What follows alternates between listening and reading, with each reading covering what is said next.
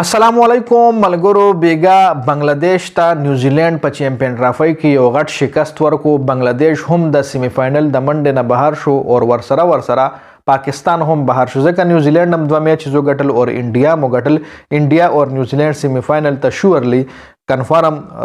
مطلب سیمی فائنل ته کوالیفای شو چې دا دوه لوبډلې اوس بیګا چې کوم میچ شوی دغه په سکور کارت باندې خبره کوو چې نومنه بیټینګ تاسو لا په سکرین باندې هم سکور کارت ښکاري نومنه بیټینګ بنگلاديش کړو چې 236 رنونه بنگلاديش جوړ کړي نه کلاړیان आउट और 500 ओवरونه مکمل واخلو سٹارټ کې یو ښه پارټنرشپ ملاو شو بنگلاديش له خو بیا وکټ ډیر ریزرو پریوتی میډل اډر بیا یو ځل ناکام شو د بنگلاديش لکه د پاکستان غونډه تنزید حسن 24 بال 24 رنونه شانټو کپتان د 110 بال 77 رنونه مهدی حسن میراز د لخ سکور کوي هر میچ کې او د میچ کې ناکام شوی 14 بال 13 توحید هریدوی دا هم یو ښه ال راونډر د دلته ناکام شوی 24 بال 7 مشفق الرحیم ډیر ټایم نه د پرفارمنسز نشته او بزما خیال د اخر رنای چې ورلد کپ ایونت دینه پس په دې هم ریټایرډ کیږي 5 بال دو محمود الله دا هم یو جوړ کلاړی دی خو دلته پرفارمنس نه کړي د هم بنگلاديش د لپاره ډیر زیات خپل سرویسز ورکړي 14 بال 4 رنونه د کړي جاکر علي 55 بال 45 رشاد حسین 25 بال 26 تسکین احمد 20 بال 10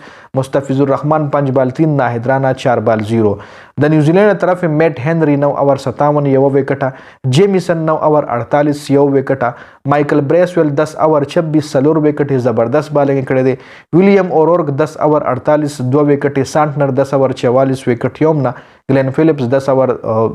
دو اوور 10 رنز ورکړي دی وکټ یومنا جی خبر پسې د بنگلاديش چې کم بالنګ دی او د نیوزیلینډ بیټینګ تاسو ګورئ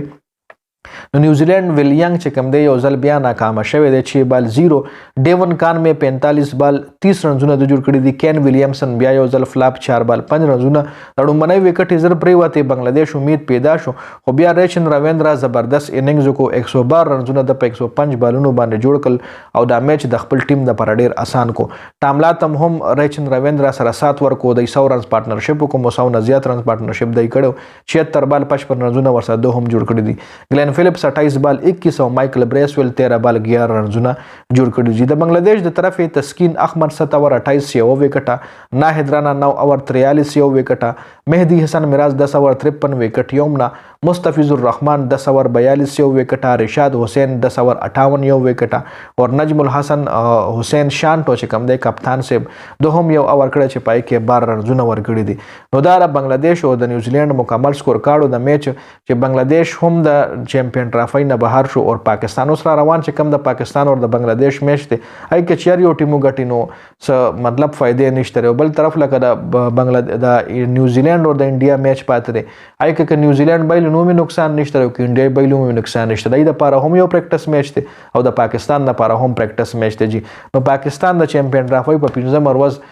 بارشوي خو 90% په سلورم مروزو په 23 تاریخ چې انډیا نه پاکستان میچ بایلو بس دای بار شو چې نومنه میچ د نیوزیلینډ نه بایلو دوی مې د انډیا نه بایلو بس خبره ختمه